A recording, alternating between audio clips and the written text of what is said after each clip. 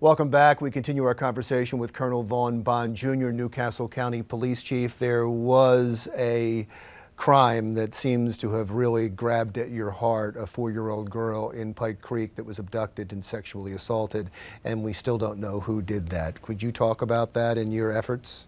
Well, our efforts are continuing from the minute and the day that it happened. Our entire department has been committed to identifying this individual who's responsible for this crime. Our criminal investigations unit has worked nonstop under the leadership of Captain Davies and Lieutenant Teresa Williams to solve this case. This is, as it was then, the #1 priority for us. We understand that there is a fear within Newcastle County that we haven't experienced before. I think there was a fear with the serial kidnapping cases that were taking place, but this one here I think rises to another level. Are you close? We have some very good information that we're following up on. My hope is that very soon we'll be able to release a little bit more on that. I don't want to get into it because I don't want to compromise the investigation, but I can tell you that I'm very pleased with what has been taking place so far. Headway. Let's talk about the heroin epidemic. It's not just a Newcastle County problem, It's a problem across the country and especially up and down the I-95 corridor. How much of the crime that takes place on a given day, the serious crime that takes place, is related to the heroin epidemic?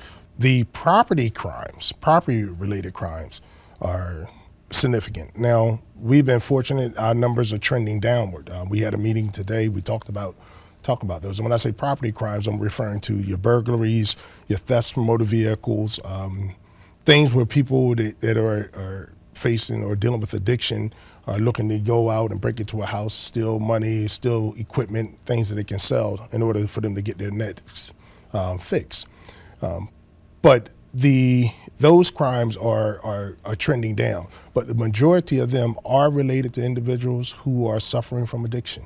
Would you like to see a law where if you were brought back with Narcan, you automatically have to go into some type of rehabilitation? You know, I never given that any thought, but on the surface, I would love to see it. I don't know if forced treatment is effective. You may be able to force someone in to get treatment, but will their mind be ready for it? They have to find their own rock bottom before they say, you know what, I'm going to make a change.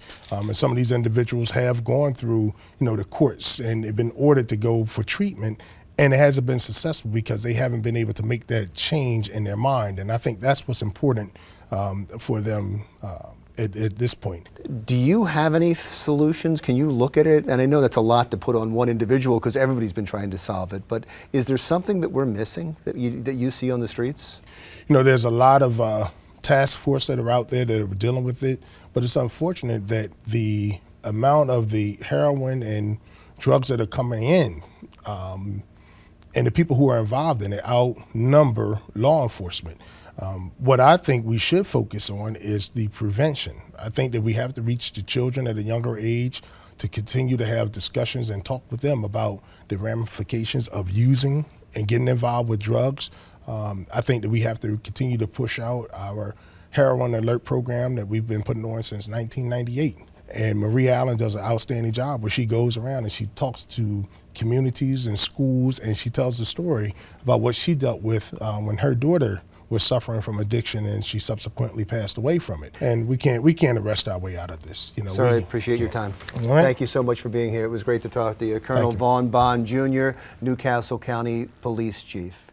When we come back, how does the Delaware ACLU feel about Donald Trump's travel ban? I think you can probably guess, but we'll talk to them when the Delaware Way continues.